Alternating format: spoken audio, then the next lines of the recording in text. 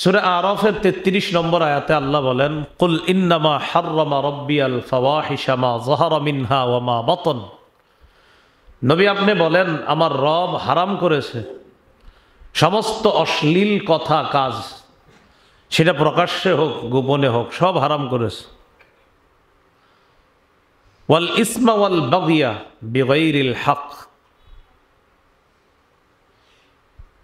সীমালঙ্ঘন করা, নাফরমানি করা, গুনাহ করা অন্যায়ভাবে, এগুলাও হারাম করেছেন।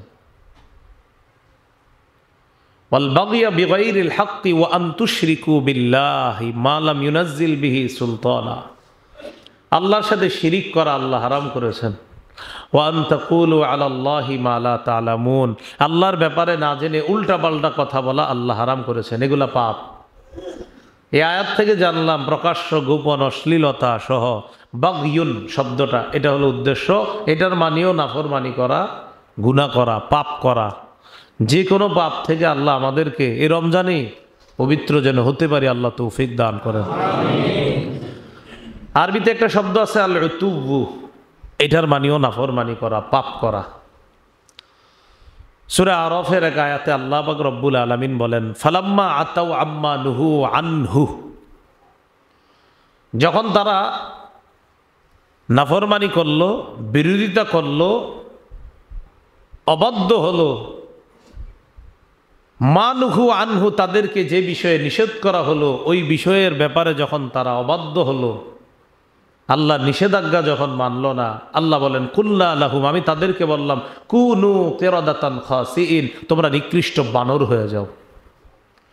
এক জাতিকে আল্লাহ নিকৃষ্ট বানর বানায়া দিছে। তো এই জন্য একদল মানুষকে আল্লাহ বানর বানায়া দিছে, ওই বানর যাদেরকে বানাইছে এই গজব দিয়ে তাদেরকে শেষ করে দিছে, ওই জাতিকে শেষ করে দিছে। তো এই মানুষগুলাকে বানর বানিয়ে দিয়েছিল আল্লাহ তাআলা নাফরমানি করার কারণে। আল্লাহ আমাদেরকে হেফাজত করেন। কোরআনে একটা শব্দ আছে জাম্বু, এই জাম্বুন মানিও পাপ। জাম্বুন মানিও কি? পাপ। সূরা আনকাবুতের 39-40 নম্বর আয়াতে আল্লাহ বলেন, ওয়া কারুনা ওয়া ফিরআউনা ওয়া হামান, কারুন, ফেরাউন, হামানকে আমি ধ্বংস করলাম। ফাকুল্লান আখাযনা বিজামবি, অনুবাদটা কি শোনেন মন দিয়ে, ফাকুল্লান আখাযনা বিজামবি, আমি প্রত্যেককে তার পাপের কারণে পাকড়াও করলাম, পাপ গুনাহের কারণে পাকড়াও করলাম। ফামিনহুম মান আরসালনা আলাইহি হাসিবা, তাদের কারো উপর আমি পাথর বৃষ্টি পাঠায়া দিছি, পাথরের গজব দিয়ে ধ্বংস করছি। ওয়ামিনহুম মান আখাযাতহু সাইহা, কারো কাছে আসছে মহানাদ, চিৎকার, বিকট আওয়াজ এসে তাদেরকে ধ্বংস করে দিছে। ওয়ামিনহুম মান খাসাফনা বিহিল আরদ, তাদের কাউকে আমি জমিনের নিচে দাবিয়ে ধসিয়ে দিয়ে তাদেরকে ধ্বংস করেছি। ওয়ামিনহুম মান আগরাকনা, তাদের কাউকে আমি পানির নিচে ডুবিয়ে ধ্বংস করেছি। কেন? পাপের কারণে। তো জাম্বুন মানিও নাফরমানি, কোরআনে পাইলাম আমরা। কোরআনে একটা শব্দ আছে আস-সাইয়্যিআ, এই সাইয়্যিআ মানিও পাপ, নাফরমানি।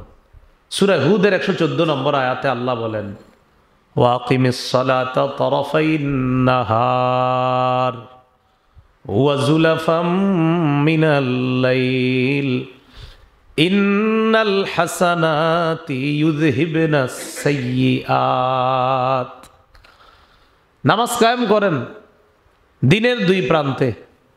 দিনের দুই প্রান্তে মানে ফজর, জোহর, আসর, মাগরিব, বাস দুই প্রান্তে। ওয়াজুলাফাম মিনাল লাইল, রাতের প্রথম অংশে, এশা। তো দিনের দুই প্রান্তে রাতের প্রথম অংশে সালাত কায়েম করেন, নামাজ আদায় করেন দিনের দুই প্রান্তে। কেন?